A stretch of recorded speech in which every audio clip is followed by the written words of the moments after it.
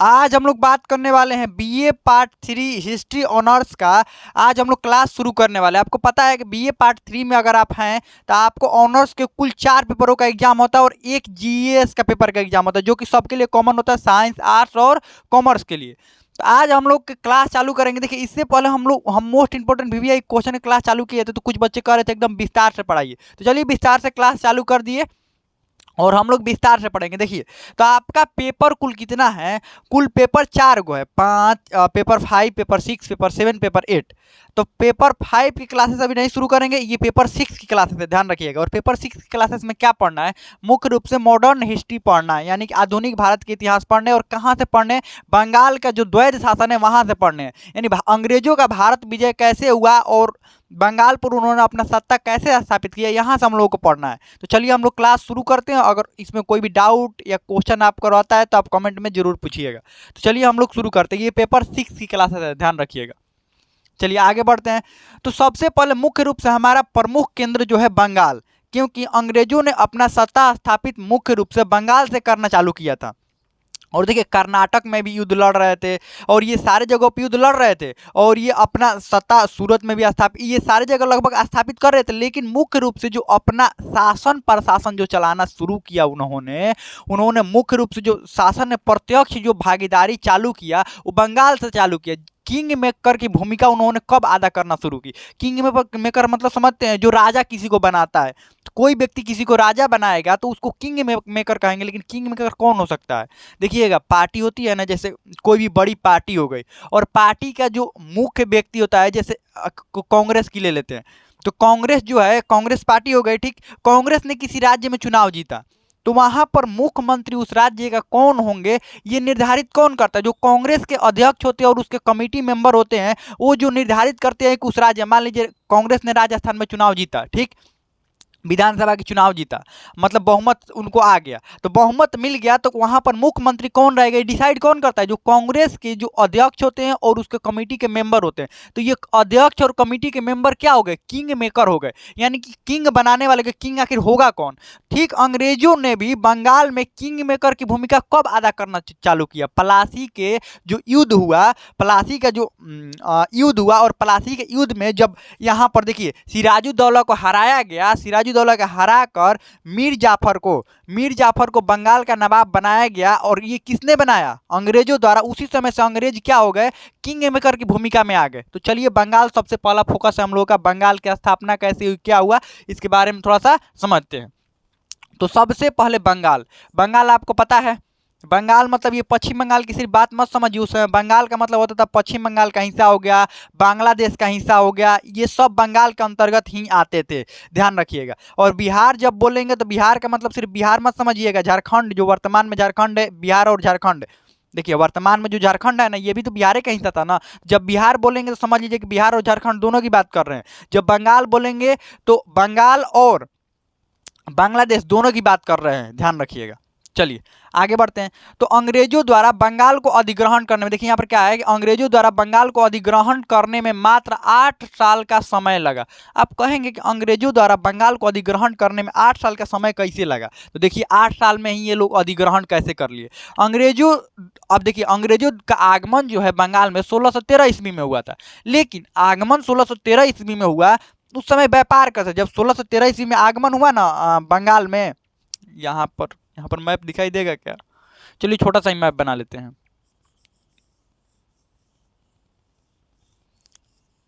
देखिए, बंगाल में अंग्रेजों का यहाँ बंगाल में जब आगमन हुआ तो उस समय दिल्ली की गद्दी पर मुगल वंश का शासन काल था। तो मुगल वंश के शासन के ही अधीन बंगाल आता था, ठीक, मुगल वंश के शासन के अधीन बंगाल आता था। जब अंग्रेजों का बंगाल में एंट्री हुआ तो मुगलों से उन्होंने परमिशन लिया व्यापार करने का, और आराम से कर टैक्स देते थे और व्यापार करते थे, ठीक, व्यापार करते। सबसे पहले देखिएगा, आपने कहावत भी सुना होगा, अगर गांव से होंगे या शहरों से होंगे तो भी आप कहावत ये सुने होंगे कि सबसे पहले कोई व्यक्ति अगर देखता है कि बहुत भीड़ भाड़ वाली जगह है ना, तो पहले पैर रखने की जगह मांगता है। क्या करता है? पैर रखने की जगह मांगता है। पैर रखने की जगह जैसे ही मिल गया, ठीक कुछ देर बाद अपना रवैया बदलता है और बैठने की जगह मांगता है, ठीक, बैठने का जगह जैसे ही मिल गया उसके बाद वो सोने का वहां पर जगह मांगेगा। ठीक वैसे ही अंग्रेजों द्वारा पहले तो इसमें एंट्री किया, एंट्री करने के बाद देखिए क्या क्या कर रहे हैं। जब 1613 में एंट्री किया, फिर 1616 में क्या हुआ, 1616 ईस्वी में। देखिए ये लोग मुगलों को कैसे इम्प्रेस करके फिर उसको अपने ही चक्र में फंसा लेंगे। ठीक, देखिए किसी का भी फायदा उठाना होता है ना तो क्या करते हैं, सबसे पहले किसी का भी फायदा उठाना होता है तो लोग क्या करते हैं, सबसे पहले उसको इम्प्रेस करेंगे। उस व्यक्ति को इम्प्रेस करने का 75 को तरीका लगाएंगे। वो इम्प्रेस करने का उस व्यक्ति को जो चीज़ पसंद है वही करेंगे। अगर कोई व्यक्ति को अपने चक्र में फंसा कर उसके बाद उसको कुछ भी करना है, एकदम बड़ा तौर पर नुकसान किसी व्यक्ति को करना है, तो क्या करते हैं, क्या होता क्या है कि उस व्यक्ति को अपने चक्र में पहले फंसा लिया जाता है। कैसे फंसा लिया जाता है, उसको इम्प्रेस करके व्यक्ति को फंसा लिया जाता है। उसके बाद जब अपने उस चक्र में आ गया उसके बाद उसका फायदा उठाया जाता है। ठीक वैसे ही इन्होंने किया। सबसे पहले वहाँ पर हॉकिंस जब आया था जहांगीर के दरबार में, आपने पढ़ा भी होगा, हॉकिंस जब आया था दरबार में जहांगीर के, सबसे पहले हॉकिंस आया था वहाँ के इंग्लैंड के राजा का संदेशा लेकर आया था जहांगीर के दरबार में हॉकिंस। तो हॉकिंस ने क्या किया था, फारसी भाषा का बहुत बढ़िया जानकार था हॉकिंस, इसीलिए हॉकिंस को भेजा गया था जहांगीर के दरबार में। जहांगीर की भाषा उस समय थी, दरबारी भाषा थी फारसी ही, और आकर फारसी में बात किया। जहांगीर एकदम इम्प्रेस हो गया और उसको इंग्लिश खान की उपाधि दी। साथ में हॉकिंस का शादी यहीं पर करवा दिया अपने ही दरबार में। हॉकिंस उसी समय नहीं, हॉकिंस उसके दरबार में रहा, कुछ दिनों तक रहा। हॉकिंस की शादी यहीं पर करवा दी, भारत में ही करवा दी, वो अपने ही दरबार में। साथ में ही अंग्रेजों को बहुत सारे परमिशन दे दिए, व्यापार करने का बहुत कुछ परमिशन। देखिए तो अंग्रेजों ने इंप्रेस करने के लिए क्या किया, जहांगीर को उसके भाषा में बात किया। ध्यान रखिएगा कभी भी देखिएगा, वैसे इजराइल के जो प्रधानमंत्री वो हमारे देश में आए थे तो किस भाषा में बात कर रहे थे, शुरू में भाषण की शुरुआत में किस भाषा में बात कर रहे थे, हिंदी में बोला था उन्होंने। नरेंद्र मोदी का आप देखेंगे ना कि भारत के अन्य हिस्सों में, सारे हिस्सों में घूमते हैं ना तो वहाँ के लोकल लैंग्वेज बोलने का प्रयास करते हैं। भाषण की शुरुआत करते हैं तो लोकल लैंग्वेज, जैसे बिहार में आए थे तो भोजपुरी बोलने का प्रयास कर रहे थे, बिहार के आरा में आए थे तो भोजपुरी बोलने का प्रयास कर रहे थे। शुरू में भोजपुरी बोल रहे थे। यही दक्षिण भारत में गए थे तो वहाँ की भाषा तमिल तेलुगु बोलने का प्रयास कर रहे थे। क्यों, क्योंकि लोगों को इम्प्रेस करने के लिए उसके भाषा में बात करना होता है।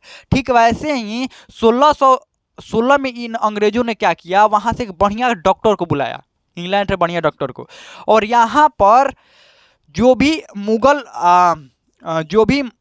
मुगलों के दरबार में जो भी महिलाएं थी, मुगलों के घराने में जो भी महिलाएं थी, उनको इलाज ये लोग मुफ्त में कहते थे कि मुफ्त में हम करेंगे इलाज। और बहुत बढ़िया डॉक्टर था, उसका नाम था डॉक्टर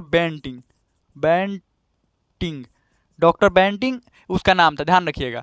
और उसने क्या किया, बहुत बढ़िया इलाज किया। मुगल राजघराने की जो महिलाएं थीं उनको बहुत बढ़िया से इलाज किया, जिसके कारण वह जो मुगल शासक थे उससे इम्प्रेस हो गए। और उन्होंने क्या कहा कि आप जो आप कर देते हैं ना, आप लोग हमसे व्यापार करने के लिए यहाँ पर जो कर देते हैं, उस समय 3000 रुपया कर था, ध्यान रखिएगा 3000 रुपया कर, इसको मत दीजिए, आप सिर्फ फ्री में इलाज करवा दीजिए। जो भी महिलाएं हैं, जो भी बीमार हो रही हैं महिलाएं, उनका फ्री में आप इलाज करवा दीजिए, बस उतना ही हमें चाहिए, और बाकी आप मुफ्त व्यापार कीजिए। अंग्रेज तो यही चाहते थे, तो 1616 में उनको मुफ्त व्यापार की अनुमति मिली। लेकिन सारे जगहों पर नहीं, कुछ जगहों पर टैक्स देना होता, तो कुछ जगहों पर मुफ्त व्यापार करिए। ठीक, देख रहे हैं ना यहाँ पर अंग्रेज कैसे इंप्रेस कर रहे हैं। और यहाँ पर अंग्रेजों द्वारा बंगाल को अधिग्रहण करने मात्र 8 साल का समय लगा। कैसे 8 साल का समय लगा, अब धीरे धीरे देखिए, अभी नहीं कि 1613 में इन्होंने एंट्री किया, 1620 में अपने बंगाल को अधिग्रहण कर लेंगे, इतना जल्दी शक्ति थोड़ा प्राप्त हो जाएगा। देखिए क्या हुआ, 1757 से लेकर 1764 सबसे पहला युद्ध जो पलासी के रूप में इन्होंने लड़ा बंगाल में अंग्रेजों ने, और 1764 का युद्ध अंतिम लड़ा, जिसको बक्सर का युद्ध कहते हैं। बक्सर का युद्ध इतना दिन में ही बंगाल को अपने कब्जा में कर लिया। पहला युद्ध कब लड़ा, 1757 में पलासी के रूप में, और अंतिम युद्ध यानी दूसरा युद्ध कब लड़ा, 1764 में। और इतने में ही 1764 के बाद युद्ध बंगाल में द्वैध शासन लागू हो ही गया, और प्रत्यक्ष रूप से ठीक ठाक शासन किसका आ गया, बंगाल में प्रत्यक्ष रूप से शासन किसका आ गया, अंग्रेजों का बंगाल में प्रत्यक्ष रूप से शासन आ गया। कैसे, 8 वर्ष में ही, ध्यान रखिएगा, पलासी से लेकर बक्सर के युद्ध तक, बीच में कई और युद्ध हुए छोटे मोटे। और आपको पता है इसमें नवाब कौन कौन थे, एगो सिराजी दौलत नवाब था, मीर जाफर था, मीर कासिम था। ये लोग बंगाल को संभाल नहीं पाए, जिसके कारण अंग्रेजों ने क्या कर लिया, बंगाल पर कब्जा कर लिया। अब आगे पढ़ेंगे कैसे कब्जा कर लिया, यहाँ पर आपको समझ में नहीं आया होगा, अभी आगे पढ़ेंगे। चलिए आगे बढ़ते हैं। बंगाल का संस्थापक कौन था, थोड़ा सा बंगाल के संस्थापक के बारे में समझ लेते हैं। बंगाल का संस्थापक मुर्शिद कुली खां था। और मुर्शिद कुली खां कौन था, इसका नाम सुनकर आपको लग रहा होगा कि ये इस्लाम धर्म का अनुयायी होगा। बिल्कुल, ये इस्लाम धर्म का ही अनुयायी थे, लेकिन शुरू से इस्लाम धर्म का अनुयायी नहीं था। यह एक दक्षिण भारत का ब्राह्मण था, ध्यान रखिएगा, दक्षिण भारत का ब्राह्मण था। लेकिन औरंगजेब के प्रभाव में रहकर इसने क्या किया, इस्लाम धर्म को ग्रहण कर लिया। मुर्शिद कुली का क्या ग्रहण कर लिया, इस्लाम धर्म को ग्रहण कर लिया, और इसका नाम क्या पड़ गया, मुर्शिद कुली का। उसके बाद इसके वंश जो थे वो सारे लोग, इसके आगे आने वाले वंश सभी लोग क्या बन गए, इस्लाम धर्म को ग्रहण कर लिए, और सभी लोग इस्लाम धर्म को ही फॉलो कर लिए। लेकिन इससे पहले ये क्या था, ब्राह्मण था, और सभी लोग इसके बाद सभी लोग इस्लाम धर्म को फॉलो करने लगे। और देखिए, इसके ब्राह्मण से इस्लाम धर्म ग्रहण करने के बाद औरंगजेब ने इसको 1700 ईस्वी में औरंगजेब द्वारा बंगाल का दीवान नियुक्त कर दिया गया। इसको ध्यान रखिएगा, इसको क्या नियुक्त कर दिया गया, औरंगजेब द्वारा बंगाल का दीवान नियुक्त कर दिया गया। और उस समय जो बंगाल का सूबेदार था, बंगाल का सूबेदार, ध्यान रखिएगा, बंगाल का जो सूबेदार था वो अक्सर क्या करता था, अक्सर दिल्ली में ही रहता था। बंगाल का सूबेदार अपने पद पर बंगाल में न रहकर अक्सर दिल्ली में, देखिए बंगाल में उस समय दो गो पद महत्वपूर्ण थे, एगो दीवान का पद, एगो सूबेदार का पद। इसमें सूबेदार का पद सबसे महत्वपूर्ण होता था, लेकिन इसको दीवान का पद मिला था, किसको, मुर्शिद कुली खां को दीवान का पद मिला था। सूबेदार क्या हुआ, सूबेदार अक्सर कहाँ रहते थे, ये दिल्ली में ही रहते थे। तो सूबेदार का जो पद था वो तो बड़ा था, और सूबेदार का काम बंगाल में था। यहाँ काम है, सूबेदार यहाँ पर मौज कर रहे हैं। और सूबेदार मौज क्यों कर रहे थे, क्योंकि इनको मुगल राजघराने से काफ़ी अच्छा संबंध था, तो ये यहाँ पर मौज कर रहे होते। तो सारा काम सूबेदार वाला भी और दीवान वाला भी किसको संभालना पड़ता था, मुर्शिद कुली खां को। और ये संभालने के चक्कर में मुर्शिद कुली खां की काफ़ी अधिक प्रशंसा हो रही थी, पहचान हो गई थी, और काफ़ी अधिक पावर भी मिल गया था। अब बड़ा कोई, देखिए मान लीजिए कोई मुख्यमंत्री है और कोई उप मुख्यमंत्री है, मुख्यमंत्री हमेशा गायब ही रहे, अपने जो ऑफिस से हमेशा मुख्यमंत्री गायब ही रहे, अपने काम से गायब रहे, उसके जगह पर उप मुख्यमंत्री काम संभाल रहे हैं, तो नाम किसका होगा, पहचान किसकी बढ़ेगी, उप मुख्यमंत्री की। ठीक वैसे ही मुर्शिद कुली खां की काफ़ी पहचान क्या हो गई, बढ़ गई। फाइनली 1717 में फारूक सियर जब मुगल शासक बना, जब फारूक सियर मुगल शासक था 1717 में, तो उसके द्वारा बंगाल का जो सूबेदार है किसको नियुक्त कर दिया गया, मुर्शिद कुली खां को ही बंगाल का सूबेदार नियुक्त कर दिया गया। और नियुक्त करने के साथ साथ ही मुर्शिद कुली खां की काफ़ी शक्ति बढ़ गई। ठीक, काफ़ी शक्ति बढ़ गई, और सेना सब कुछ इसकी जिम्मेवारी में सब कुछ रहता था, और फारूक सियर द्वारा ये कदम उठाया गया। और एक बात, इस समय बंगाल जो था मुगलों का अधीन ही था, ध्यान रखिएगा, ये बंगाल जो था मुगलों का अधीन ही, तभी तो ये फारूक सियर का सारा ऑर्डर मान रहा था ना। और बंगाल का संस्थापक किसको माना जाता है, मुर्शिद कुली खां को, क्योंकि स्वतंत्र राज्य की जो स्वतंत्र राज्य का जो गठन है वो मुर्शिद कुली खां ने किया, क्योंकि मुर्शिद कुली खां के नेतृत्व में ही बंगाल को एक स्वतंत्र राज्य माना गया। स्वतंत्र किससे स्वतंत्र राज्य माना गया, पहले मुगलों का दिन था, और मुर्शिद कुली खां ने क्या किया, फारूक सियर का ऐसा रवैया देखकर बंगाल को खुद ही स्वतंत्र घोषित कर लिया, क्योंकि पता है कि फारूक सियर इतना कमजोर था कि कुछ कर ही नहीं सकता है।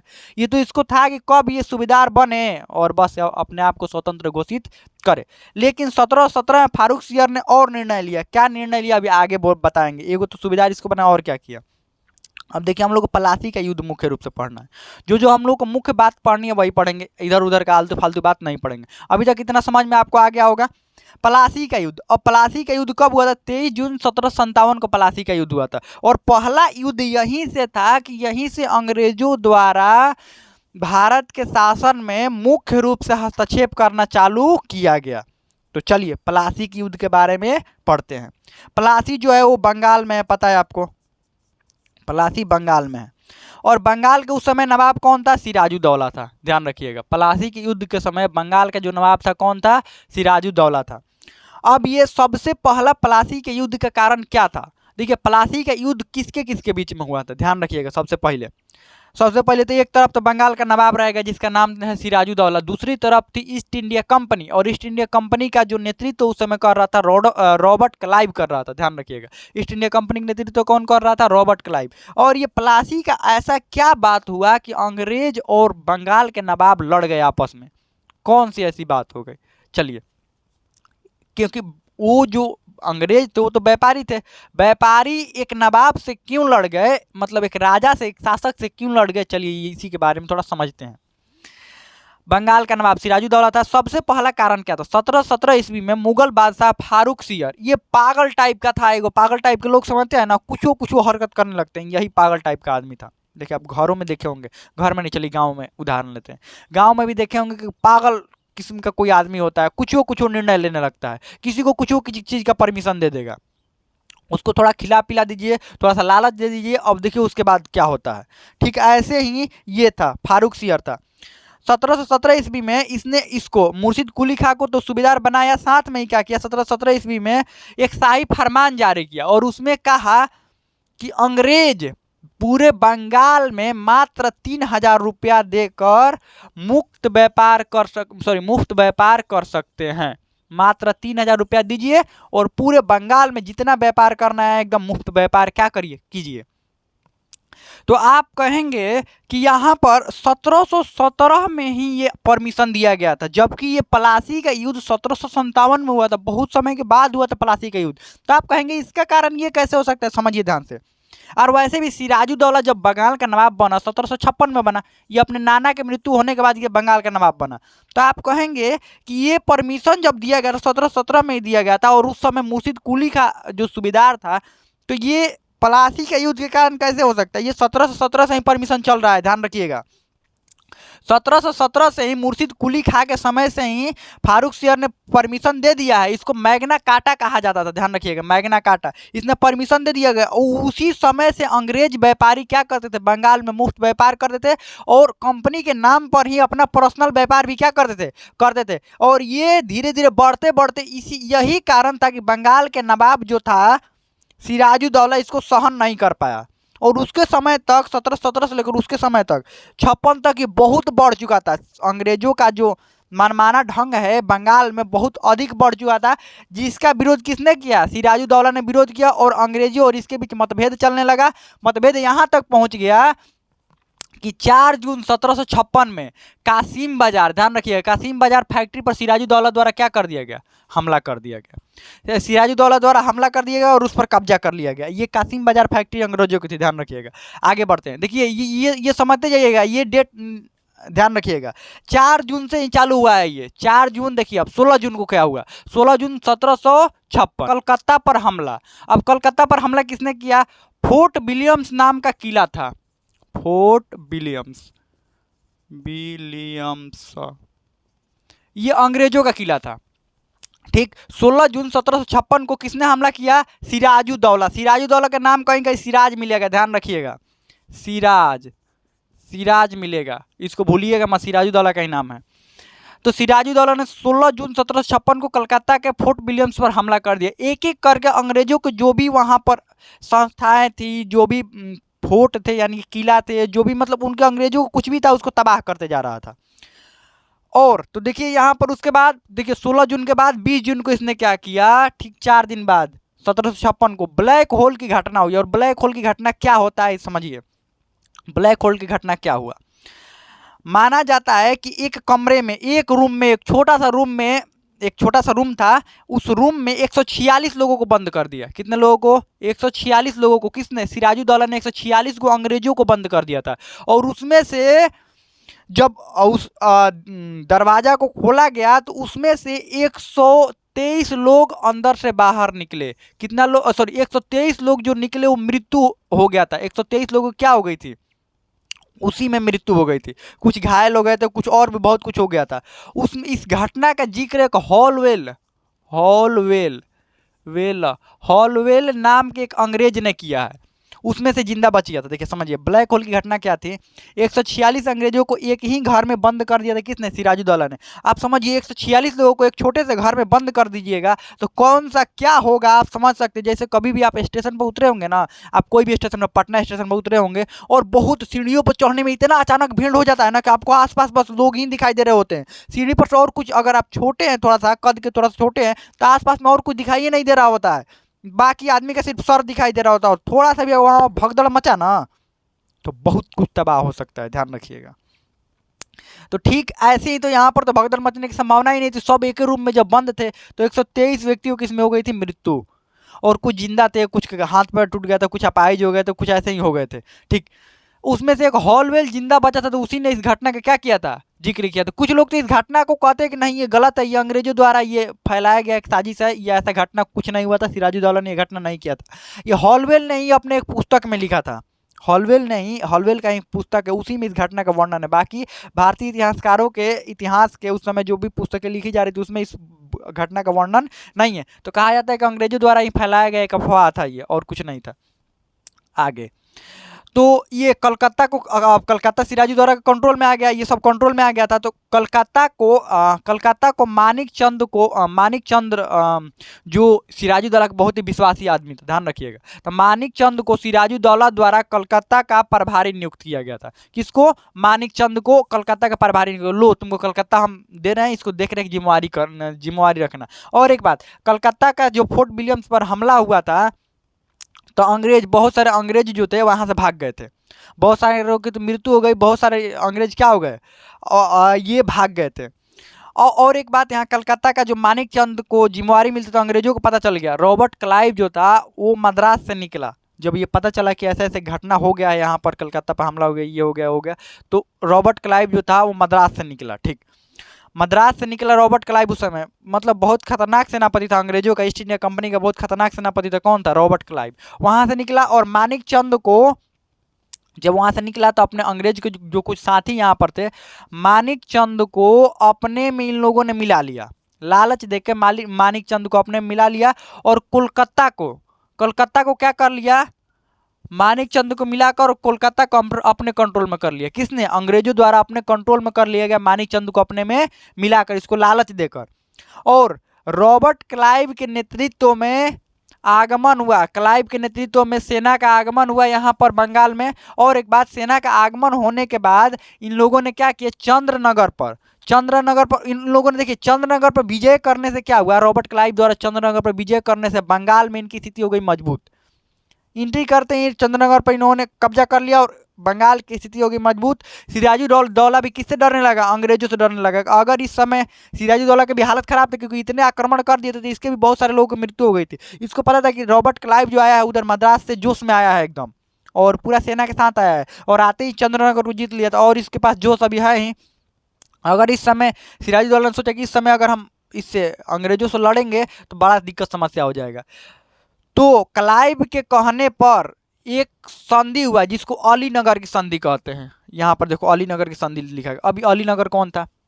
यही सिराजुद्दौला द्वारा जब कलकत्ता को जीता गया था ना, तो इसी का नाम बदलकर सिराजुद्दौला ने अलीनगर रख दिया था। तो यही अलीनगर की संधि कब हुआ? 1757 फरवरी 1757 में अलीनगर की संधि हुई। इस संधि के तहत किसके किसके बीच में हुई? क्लाइव और सिराजुद्दौला के बीच में। इस संधि के तहत क्या कहा गया कि कलकत्ता का जो घेराबंदी है, कलकत्ता तो पहले अंग्रेजों के पास रहेगा, पहला शर्त। ये सारे शर्त इस संधि में कोई भी शर्त सिराजुद्दौला की तरफ से नहीं रखा गया क्योंकि हारा है ना जी। संधि क्या होता है? संधि में जो व्यक्ति हारा हुआ रहता है उसी पर और भी हारे हुए व्यक्तियों पर ही और मतलब शर्तें थोपी जाती है, लादी जाती है।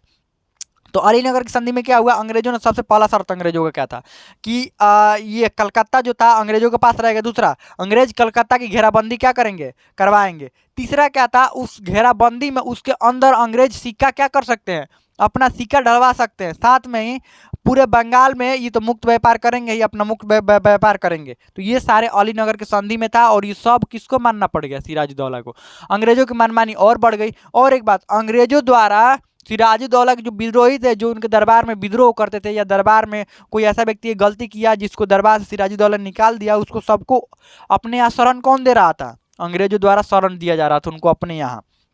साथ में ही सिराजुद्दौला के दरबार में षड्यंत्र। आप देखिए, अंग्रेजों ने कहा कि ये बड़ा इधर उधर कर रहा है, इस पर भरोसा नहीं रह गया था अंग्रेजों को, कभी कुछ कर सकता है। अंग्रेजों को अपने अनुसार चलाना था, अंग्रेजों को बनना था किंग मेकर बनना था। तो अंग्रेजों को अपने अनुसार यहाँ पर अपने पक्ष वाले यहाँ पर शासक को बैठाना जरूरी था। तो अपने पक्ष वाला शासक को बैठाने के लिए इन लोगों को क्या करना था, इसको सिराजुद्दौला का हटाना था। और सिराजुद्दौला का हटाने के लिए करना पड़ेगा युद्ध करने के लिए सिराजुद्दौला से डायरेक्ट अंग्रेजों को पता था कि नहीं जीत सकते हैं। तो इसीलिए अंग्रेजों ने इसके सिराजुद्दौला के दरबार में लोग थे, मानीचंद को मिलाया, तो इन्होंने कलकत्ता को अपने कंट्रोल में कर लिया। वैसे ही सिराजुद्दौला के दरबार में जो भी दरबारी थे उसमें से अधिकतर दरबारियों को अंग्रेजों ने अपने में पक्ष में मिला लिया, और कुछ को पैसा का लालच देकर, कुछ को शासन का लालच देकर उन्होंने अंग्रेजों ने इन लोगों से वादा किया कि अगर आप अगर ये सिराजुद्दौला से हम युद्ध करेंगे, अंग्रेजों ने कहा इन लोगों से कि सिराजुद्दौला से हम लोग युद्ध करेंगे, सिराजुद्दौला का हरा देंगे और आप लोगों को अच्छा अच्छा और पद बढ़िया बढ़िया देंगे, हम अपने अनुसार शासक जिसको बनाएंगे और बढ़िया बढ़िया पद क्या करेंगे आपको देंगे और पैसा भी देंगे। तो ये सब किसके पक्ष में हो गए, अंग्रेजों के। देखिए सिराजुद्दौला के दरबार में षड्यंत्रकारी कौन कौन लोग थे। शौकत जंग सबसे पहला षड्यंत्रकारी था, पूर्णिया का नवाब था ये। दूसरा घसीटी बेगम, मौसी थी, किसकी मौसी थी ये, इसी की सिराजुद्दौला की मौसी थी, ध्यान रखिएगा। मीर जाफर सेनापति था। मीर जाफर को अंग्रेजों ने क्या ऑफर दिया था कि तुम मुख्य सेनापति हो ही और जिंदगी में मुख्य सेनापति ही रह जाओगे, एक दिन युद्ध होगा निपट जाओगे, तुम ही को मार देंगे सबसे पहले। अंग्रेजों ने क्या कहा इससे कि अब की बार युद्ध होने दो सिराजुद्दौला से, आओगे तुम सामने तो पहले तुम ही को मारेंगे, ध्यान रखना, नहीं तो अगर हमारे पक्ष में मिल जाओगे तो तुमको सेनापति से सीधा राजा बना देंगे। तो इसने कहा बहुत बढ़िया, मरने से बढ़िया है, शायद हो सकता है कि मारियो दे हमको, इससे बढ़िया हम क्या बन जाए, राजा। मीर जाफर सबसे था कि इसको राजा बनाने का वादा किया था अंग्रेजों ने। राय दुर्लभ ये सेना नायक था, इसको भी बढ़िया पद देने का वादा किया था कि तुमको बढ़िया हम पद देंगे। जगत सेठ कलकत्ता का अमीर था, पैसा का लालच दिया था इसको। अमीचंद, यहाँ पर अमीचंद है, ये कलकत्ता का प्रभारी था, इसको भी कलकत्ता का प्रभारी एक बार मानिक चंद था तो उससे तो कलकत्ता छीन लिया। फिर कलकत्ता के प्रभारी मतलब आंतरिक तौर पर बनाया गया था ऐसे ही, क्योंकि सारा कलकत्ता का तो जिम्मेवारी अंग्रेजों के पास ही चला गया था। तो अमीचंद जो कि कलकत्ता का प्रभारी था, इसको भी पैसा का लालच दिया गया था। और यहाँ पर खादिम खां सेना का प्रभारी था, इसको भी अच्छा पद का लालच दिया गया था। इस सबको अंग्रेजों ने अपने पक्ष में मिला लिया। पक्ष में मिलाने के बाद अब डेट निश्चित हुआ कि इस दिन युद्ध करना है, किससे, ये क्या कहते हैं, अंग्रेजों को था कि सिराजुद्दौला से युद्ध करना है, लेकिन सिराजुद्दौला की तरफ से भी तो युद्ध का कोई बात होना चाहिए ना। तब क्या हुआ, मीर जाफर द्वारा सिराजुद्दौला को भड़काया जाने लगा कि देखिए अंग्रेजों से हमको युद्ध करना चाहिए, अंग्रेजों को यहाँ से भगा देना चाहिए बंगाल से, हम लोग बहुत ताकतवर, हम लोग भगा सकते हैं, ये कर सकते हैं, वो कर सकते हैं। तो सिराजुद्दौला ने भी इधर से युद्ध की घोषणा कर दिया कि हम अंग्रेजों से युद्ध लड़ेंगे। और युद्ध देखिए, युद्ध कब चालू हुआ, युद्ध हुआ कब था, ये प्लासी के 23 जून 1757 का 2-4 घंटा में युद्ध खत्म हो गया था। पूरा दिन भी युद्ध नहीं चल पाया था, 2-4 घंटा में ही युद्ध खत्म हो गया था, ध्यान रखिएगा। तो युद्ध कहाँ पर हुआ था, भागीरथी नदी के किनारे। देखिए अब भागीरथी नदी के नाम सुन के ये मत सोचिएगा उत्तराखंड वाली भागीरथी, नहीं, ये बंगाल में भागीरथी नदी है। और फिर ये भागीरथी हुगली नदी में मिल जाती है, ये उसी की जो सहायक नदी है भागीरथी, ध्यान रखिएगा। तो भागीरथी नदी के तट पर आपसे पूछा जाएगा कि प्लासी का युद्ध किस नदी के तट पर हुआ था, तो ये भागीरथी नदी के तट पर हुआ था। और किसके किसके बीच में हुआ था, अंग्रेजी सेना जो कि ईस्ट इंडिया कंपनी और सिराजुद्दौला के बीच हुआ था। इधर से रॉबर्ट क्लाइव थे, उधर से कौन था, सिराजुद्दौला था। साथ में इन सब को, मीर जाफर को, खादिम खां को और ये दुर्लभ राय को, राय दुर्लभ को, इस सबको अपना सेना लेकर पहुंचना था। लेकिन ये दोनों ने सेना लेकर अपना, उस दिन डेट निश्चित हुआ कि 23 जून 1757 को प्लासी के मैदान में युद्ध लड़ा जाएगा अंग्रेजों और सिराजुद्दौला के बीच में। तो अंग्रेजों ने अपने सेना लेकर पहुंचे, सिराजुद्दौला भी अपना सेना लेकर पहुंचा, साथ में इनको भी अपने सेना लेकर, क्योंकि सबके सेना सबके पास होता था, ये इनके पास सेनापति की, इनको भी लेकर पहुंचना था। लेकिन ये नहीं पहुंचा वहां पर, ये राय दुर्लभ ये भी नहीं पहुंचा, क्योंकि इसका मुख्य सेनापति था। मुख्य सेनापति ही आपका मैदान में ना पहुंचे और ये भी सेना नायक भी आपके मैदान में ना पहुंचे, तो सीधी बात है कि आप हारना आपको निश्चित है, ठीक। तो यहाँ पर ये दोनों नहीं पहुंचा वहां पर, लेकिन फिर भी सिराजुद्दौला द्वारा युद्ध लड़ा गया। और इसका 2 प्रमुख सहायक लोग, एक था मीर मदान और एक मोहनलाल, ये सेनापति की भूमिका में वहां पर लड़े। सेनापति और सेना नायक की भूमिका में वहां पर क्या किए, ये दोनों नहीं आया था, तो इन दोनों द्वारा अंग्रेजों से लड़ा गया। और फाइनली जब पता चला सिराजुद्दौला को इन लोगों ने विश्वासघात कर दिया है, तो ये यहाँ से लौट गया। ये यहाँ से वापस लौट गया, वापस अपनी राजधानी में लौट गया, और राजधानी में लौटने के बाद इन दोनों की तो हो गई इसी मैदान में ही मृत्यु हो गई। अंग्रेजों द्वारा ये युद्ध को जीत लिया गया। और जैसे ही लौट रहा था, रास्ते में ही मीर जाफर का जो पुत्र मीरन था, मीर जाफर का पुत्र जिसका नाम था मीरन, उसके द्वारा मोहम्मद बेग से कहा गया, मोहम्मद बेग एक व्यक्ति था, उससे कहा गया कि इसको ये सिराजुद्दौला को रास्ते में ही मार देना। ध्यान रखिएगा, मीर जाफर का पुत्र मीरन, इसने खुद नहीं मारा, इसने एक व्यक्ति से कहा जिसका नाम था मीरन, यहाँ पर लिखते हैं मीरन, किसका पुत्र था? मीर जाफर का। इसने एक व्यक्ति से कहा जिसका नाम था मोहम्मद बेग, इससे कहा कि इसको मार देना। इसने मार दिया किसको? सिराजुद्दौला को। और फाइनली यहीं से अंग्रेजों द्वारा पहली बार प्रत्यक्ष तौर पर किंग मेकर की भूमिका में आए और यहीं से 200 वर्षों तक शासन किए। जब आपसे कहा जाता है कि अंग्रेजों ने भारत पर 200 वर्षों तक शासन किया, तो प्लासी का युद्ध जीतने से ही समय काउंट किया जाता है कि प्लासी का ही वो पहला युद्ध था जहां से अंग्रेज किंग मेकर की भूमिका में आए और मीर जाफर को यहाँ से मीर जाफर को बंगाल का नवाब बनाया और अपने अनुसार शासन को यहाँ से क्या करने लगे? चलाने लगे। और यहीं से 200 वर्षों तक अंग्रेजों ने क्या किया? शासन किया। और मीर जाफर को सेनापति से शासक बना दिए। यहाँ पर हो गया प्लासी का युद्ध समाप्त। अब इसके बाद हम लोग बक्सर का युद्ध पढ़ेंगे, फिर ये बंगाल में द्वैध शासन पढ़ेंगे। तो हमें लगता है कि इतना बहुत कुछ समझ में आ गया होगा। इसमें आपको कोई भी डाउट हो, कोई भी क्वेश्चन हो, आप कमेंट में पूछ सकते हैं, हमें समझ में आ गया होगा।